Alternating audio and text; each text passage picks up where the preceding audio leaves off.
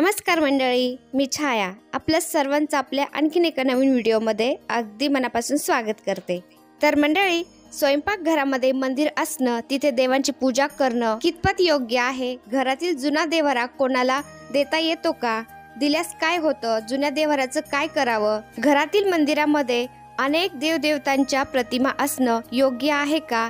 हे सर्व आपण आजच्या व्हिडिओमध्ये पाहणार आहोत। तर व्हिडिओ पूर्ण पहा आणि तुम्हाला जर व्हिडिओ आवडला तर एक लाईक नक्की करा। चॅनलवर नवीन असाल तर प्लीज आपल्या चॅनलला सबस्क्राइब पण करा। तर मंडळी, खरं सांगू का, तुम्हाला सांगणे इतकी पण मी काही मोठी नाही बरं का, पण मी जे वाचलं आहे, अनुभवलं आहे तेच मी आज तुमच्याशी शेअर करते। सगळ्यात पहिला प्रश्न आपण पाहूया की आपल्या घरामध्ये म्हणजे घरातल्या देव्हाऱ्यामध्ये देवी देवतांच्या प्रतिमा कितपत ठेवाव्यात। तर बघा मंडळी, आपण खूप ठिकाणी देवाला जात असतो, तीर्थ ठिकाणी जातो, तर तिथं असे देवी देवतांच्या मूर्त्या घेऊन ते विकायला बसलेले असतात। तर त्यावेळेस आपण काय करायचं असतं, आपलं मन आवरायचं असतं। आपल्याला वाटतं ही मूर्ती घ्यावी, ती मूर्ती घ्यावी, हा फोटो घ्यावा, तर आपलं मन आवरत नाही आणि मग आपण आपल्या घरी ते देवी देवतांच्या मूर्त्या फोटो घेऊन येतो। तर त्यामुळे काय होतं, आपल्या देव्हाऱ्यामध्ये खूप देवी देवतांच्या अशा मूर्त्या होतात, खूप गर्दी होते आणि तेवढ्यांचं पण आपल्याच्यानी पूजन झाले जात नाही, सेवा झाल्या जात नाही, मग तो दोष आपल्याला लागले जातो। त्यामुळे आपण जर कुठं तीर्थ ठिकाणी गेलो, देवाला गेलो, तर आपण अजिबात त्या मूर्त्या आणि फोटो घेऊन घरी यायचे नाहीत, ते योग्य नाही। कारण आपल्या मंदिरामध्ये आपले जे कुलदैवत वगैरे आहेत, 5 देव किंवा जे मोजकेच देव आहेत ते आपण ठेवावेत आणि त्यांची पूजा करावी। तर आपल्या घरामध्ये जास्तीचे देवांचे फोटो मूर्त्या हे ठेवणं योग्य नाही आणि त्या ठेवू पण नयेत। भरमसाठ देव असल्याने त्यांच्या पूजेला वेळ लागतो आणि देवघरात गर्दी वाढते, त्यामुळे अनेकदा मनात असून ही पूजा होत नाही आणि समाधान पण वाटत नाही आणि उगाच आपलं मन विचलित राहतं। कोणत्या एका देवाच्या मूर्तीवर फोटोवर आपलं मन स्थिर होत नाही, त्यामुळे काय होतं, आपल्या मनाला समाधान आणि शांती लागत नाही, असे अनुभव सिद्ध सांगतात। तसं पाहायला गेलं तर आपण पूजा सर्व देवांची करावी, मात्र श्रद्धा एकाच देवावर ठेवावी, त्यामुळे मानसिक संतुलन व मनातील भाव स्थिर राहण्यासाठी मदत होते। मंडळी, सांगायचा उद्देश हाच आहे की कोणाला त्याचं महत्त्व सांगून कळणार नाही, तर ज्याच्या त्याच्या अनुभवाने कळते। कारण भाव असेल तरच त्या मूर्तीमध्ये, प्रतिमेमध्ये आपल्याला देव दिसेल। अगदी थोडक्यात सांगते, उदाहरणार्थ जसं की घरामध्ये आपल्या जास्त माणसं असल्यावर वारंवार मतभेद होतात, वारंवार रुसवे फुगे होतात, त्यामुळे काय होतं, ताणतणाव वाढतो आणि तसंच काही आपल्या देवघरात सुद्धा जाणवतं बरं का। अर्थात सांगायचं तर मानलं तर आहे, नाही तर काहीच नाही। अर्थात देवघरात जितकी गर्दी तितकी प्रसन्नता कमी। आता हा तर झाला पहिला प्रश्न। आता दुसरा प्रश्न आपण पाहूया, घरातील जुना देव्हारा कोणाला देता येतो का? दिल्यास काय होतं? जुन्या देव्हाऱ्याचे काय करावे? मंडळी, आपल्या घरातील जुना देव्हारा जरी आपण खूप पैसे मोजून घेतला असला तरीही इतर फर्निचर प्रमाणे आपण त्याला विकू नये असं म्हणतात। त्याऐवजी इच्छुक व्यक्तीला तो देव्हारा कितीही महाग असला तरी तो विनामूल्य देऊन टाकावा। आणि आणखीन एक उपाय आपण करू शकतो, एखाद्या मंदिरामध्ये तो देऊन टाकावा, त्यामुळे ज्यांची श्रद्धा आहे त्यांना तो हवा असल्यास ते घेऊन जातील। तशी चिठ्ठी आपण त्या देव्हाऱ्यावर लावून ठेवू शकतो।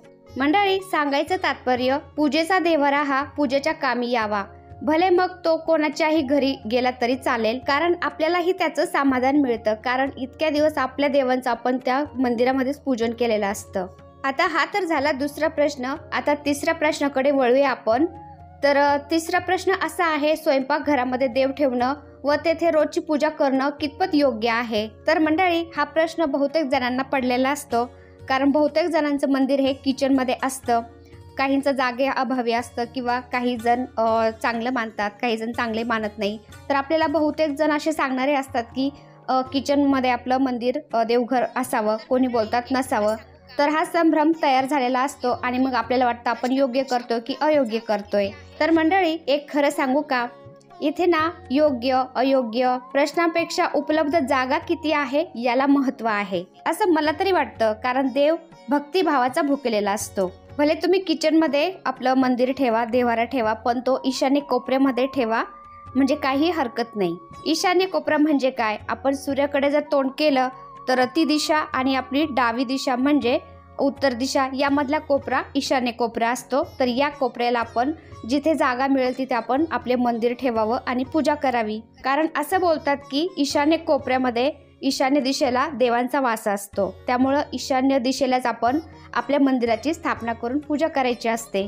तर मी पण माझं मंदिर किचनमध्ये ईशान्य कोपऱ्यामध्ये बनवलेलं आहे, तुम्ही बघू शकता।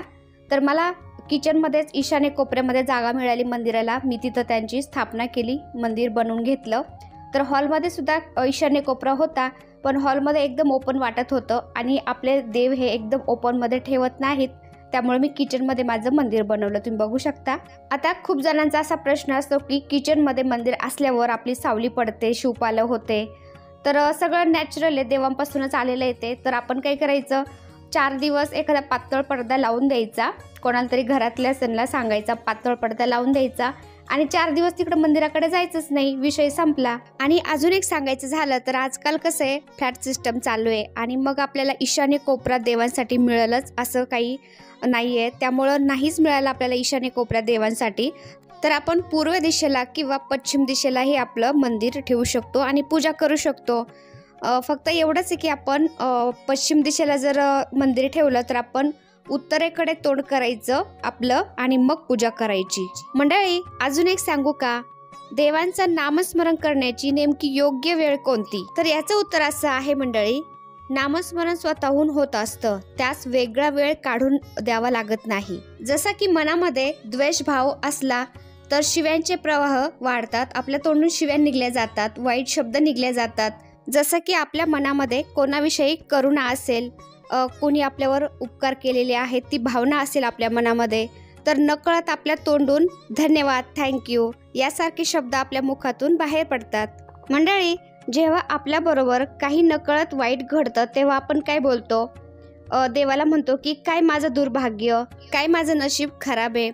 तर व्यक्ती तिथंच लहान मनाचा बनतो बघा, कारण तो तिथेच इतरांशी हेवा करायला लागलेला असतो, म्हणजे जळकुटी भावना निर्माण झालेली असते मनामध्ये आणि तो देवाला कोसत असतो आणि या कारणाने मग तो दुःखी असतो। सांगायचं तात्पर्य, पण मंडळी त्या व्यक्तीला त्याचा गुरु समजून सांगतो की तू एका बुटासाठी रडत बसू नको, देवाने तुला चांगले पाय दिलेत, काहींच्या भाग्यात तर पाय पण नाहीयेत, आणि मग त्या व्यक्तीचं मन देवाबाबत कुठं प्रसन्न होतं। तसंच आपल्या बाबतीत पण आहे, आपल्याला देवाचं नामस्मरण करण्यासाठी आवर्जून वेळ द्यायची गरज नसते।